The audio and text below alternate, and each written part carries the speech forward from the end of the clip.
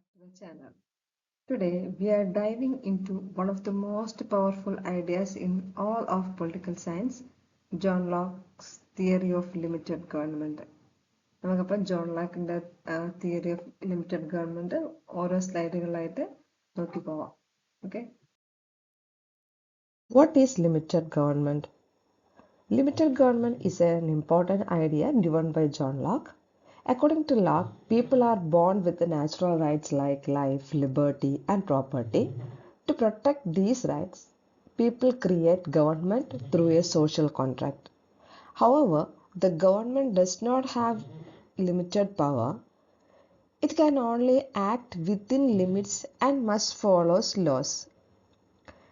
This is what we call limited government. The government cannot use arbitrary or absolute power over people. It works only with the consent of the people. If the government fails to protect rights, people have right to remove it. Thus, the limited government means a government with restricted powers created to protect natural rights. Why did Locke argue for limited government? The philosophical justification. 1. Natural rights pre-exist government. Locke says people already had basic rights like life, liberty, and property even before any government was formed. These rights comes from the nature, not from the government. So, no government has the power to take them away. Second is government created by consent. Locke was reacted against rulers like King James II, who claimed absolute power. He argued that no ruler has a divine right to unlimited authority over people. Third, reaction against absolute monarchy. According to Locke, people formed government through agreement, only protect their rights, not give it unlimited power. So, government authority is always limited. Fourth, fiduciary nature of power. According to Locke, government holds power as a trust. It must act in the best interest of the people. If it misuses power, the trust is broken. Features of Locke's limited government. Key characteristics. First, rule of law. Locke says government should not act on sudden decisions, must follow clear laws that treat both rulers and people equally. This is called the rule of law. Second, cannot violate natural rights. Our basic rights like life, liberty, property are natural and cannot be taken away by any government. Third, cannot transfer power. According to Locke, the legislature cannot pass its lawmaking power to others, since it was given by the people and must stay with them. Supremacy of the legislature. That is the fourth key characteristics.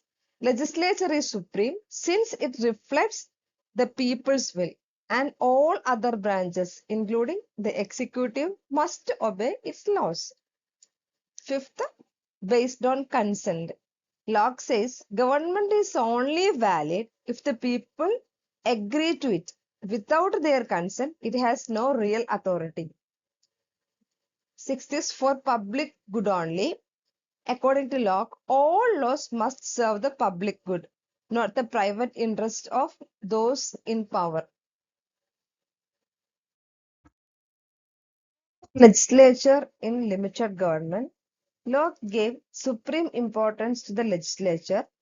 Legislature is a supreme organ. It represents the will of the people, and all other organs must obey its laws. Rule 1.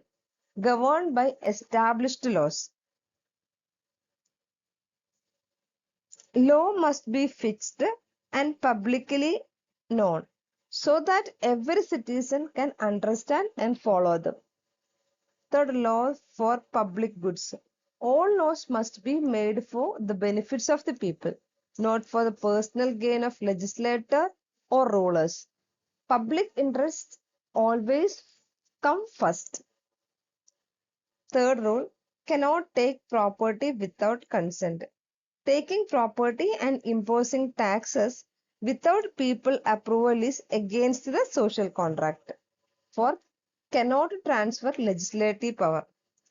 Legislature cannot give its lawmaking power to anyone because that power comes from the people.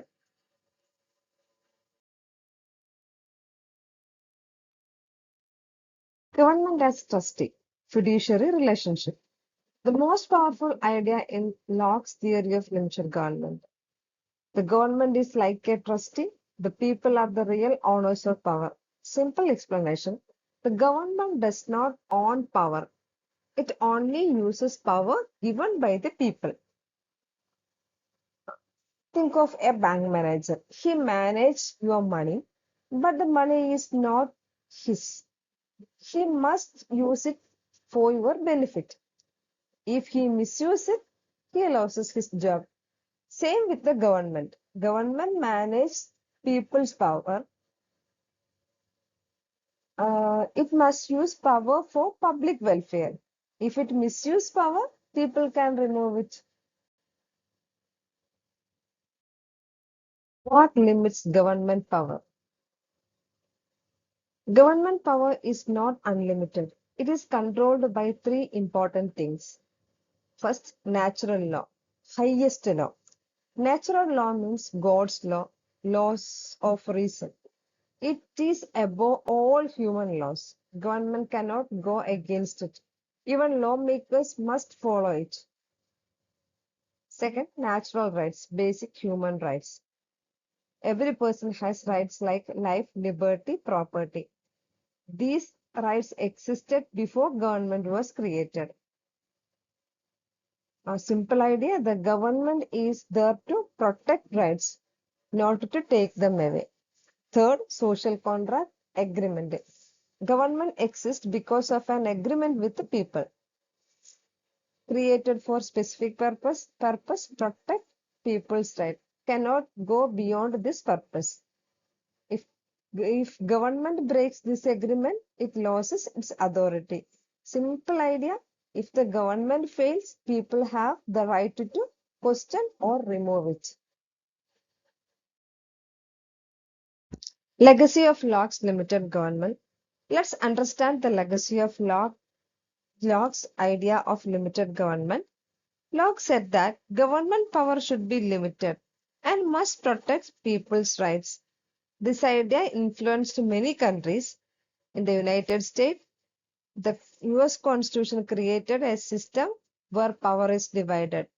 This prevents any one of the government from becoming too powerful. In France, the Declaration of the Rights of Man and of the Citizen declared that people's rights are more important than the state. In India, the Constitution of India gives fundamental rights to citizens. The Supreme Court of India protects these rights by cancelling unfair laws. Today, modern democracy follows Locke's ideas like rule of law, separation of powers. So the main idea is simple. Government is not all powerful. It is limited and it must protect the rights of the people. Criticisms of Locke's limited government.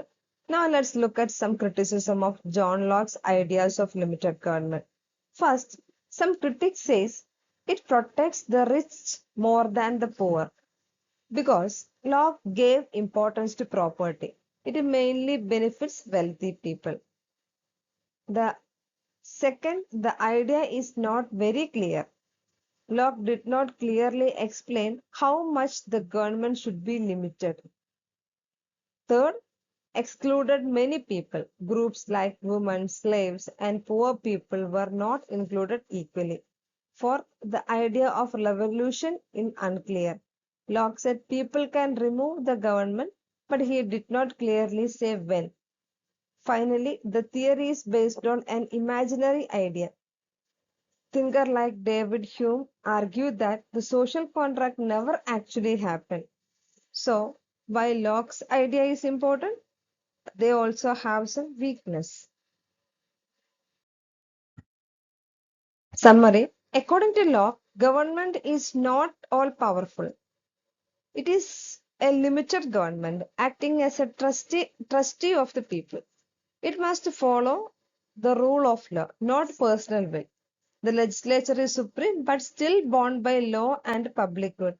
And most importantly, if the government fails to protect people's right, the people have the right to remove it.